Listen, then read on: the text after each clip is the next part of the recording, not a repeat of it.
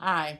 I had some people ask me about my post that I posted the other day about my at-home evening sewing project, my Hexies, and so I thought I'd share my process here. This is a great little project to do if you just want to watch TV, which I like to do with my husband in the evening, so this doesn't disturb the whole room or make too much noise, and it doesn't take a lot of brain, a lot of thinking, so I can actually pay attention to the TV.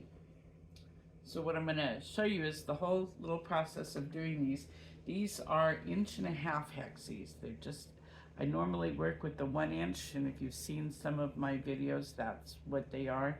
I decided to play around with the 1.5 inch, and my goal is to make a bed-size quilt with these, and it's really going pretty fast, just working on it in the evenings, and I don't work on it every evening.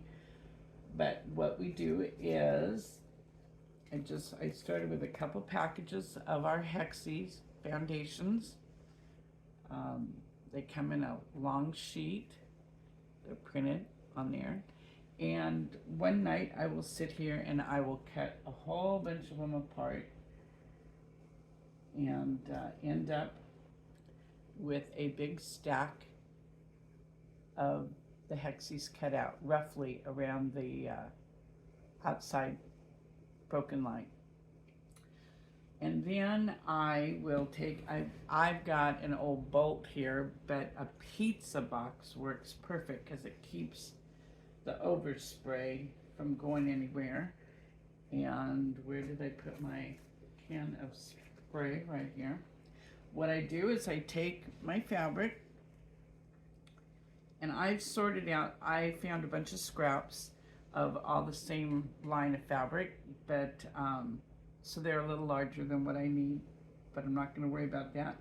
I put my fabric wrong side up on my glue board here, and I just lightly spray the back side of my fabric, and then I take my foundations, and on this particular piece's size of fabric, I get two Hexies.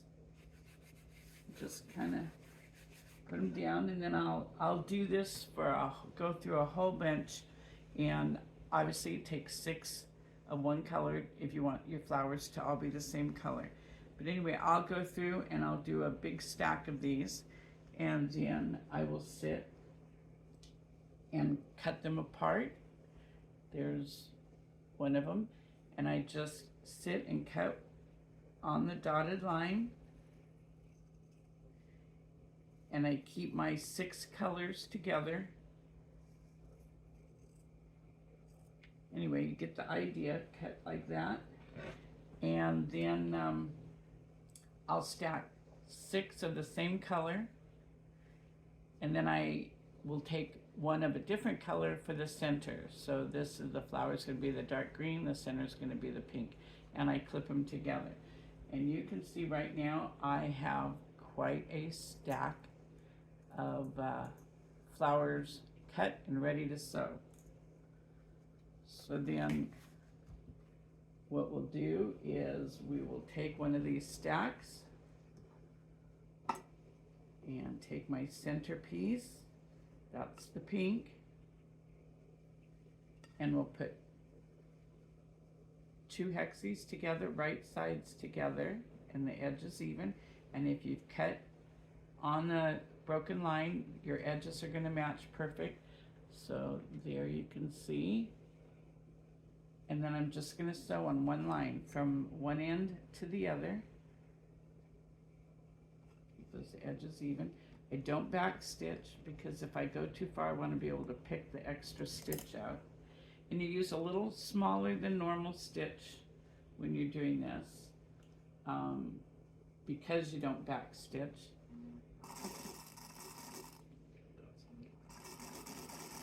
And just stitch on the line down to the other corner.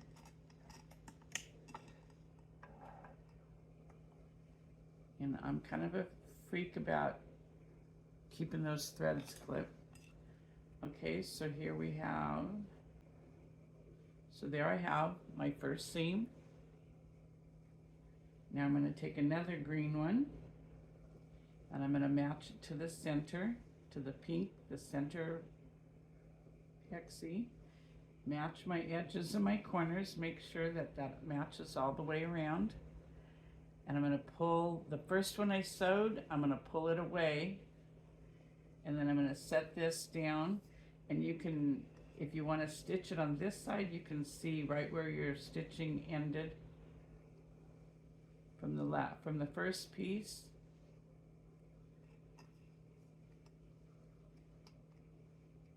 And put the needle down right there. Keep those edges even, and it's all perfect all the way around. And stitch right to the end. You can see where your other stitching is. You don't want to run across that. You want to come right up to it. And now the part everybody dreads, and it's just so simple. So you've got 2 sewn on here. The second one that we're adding, we're just going to rotate it around so the edges meet, the flower edges. Take the center, pull it out like that. And then you want to make sure that these 2 edges are even and that it's even all the way around. And then we're going to sew on the line into towards the pink one.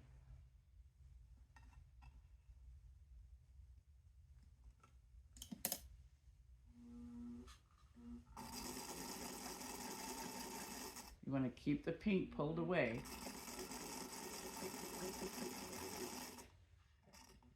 Right to the line of stitching, you can see from where you sewed the other line.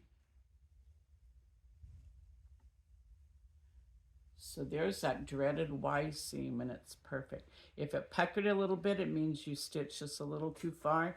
Go to the back side and just pull the extra stitch out till it lays nice and flat. And we're just going to do this all the way around. The last one we add will have 3 sides we'll have to sew on, but it's done the exact same way. And this is what you get when it's all done. And then when you press it, you want to press it. Let's see if I have one here pressed. I don't. When you press it, you want to make your seam allowances go like in a circle, and that will pop that intersection open nice and flat. And once you do the first one, it dictates how the rest will go. So they'll all pop open, press it, they'll lay nice and flat. And then when I get, I'll press a bunch of these one evening, and then I turn it under. You can run a basting stitch on your machine on the seam line. I just sit here and I turn it under, and you can either use a little glue stick for fabrics that will dissipate as you press it. I just turn it under and run a basting stitch around. I think you might be able to see I've run a basting stitch to turn the edges under, because I'm going to applique these on to my background. I cut this square 10 inches. After I get them all done, I will cut them down to 9.5 so the blocks will finish at 9. And here's one that I have appliqued on but haven't pressed yet. And I've got quite a few of these done. This project's going way faster than I expected it to. So this is one I am currently basting on. Now, if you don't want to applique them by hand, you can take them. This machine doesn't do it, or I would show you. But you can use a real narrow zigzag on your machine. Use the clear monofilament thread, or I like to use a color that matches my background, or you can use like the hem stitch that takes like 3 stitches and then it has 1 zigzag that goes over and catches the edge of your hexie for machine applique, or you could do it with a blanket stitch all the way around if you want your stitching to show, which is kind of a more traditional way of doing it. there's a lot of different ways you can do it. So this is a real fun little project, and it goes, like I say, I'm amazed at how fast it's going. So anyway, that's the answer to the questions of why am I doing this little, or what is this little evening at home project. So hope that helps.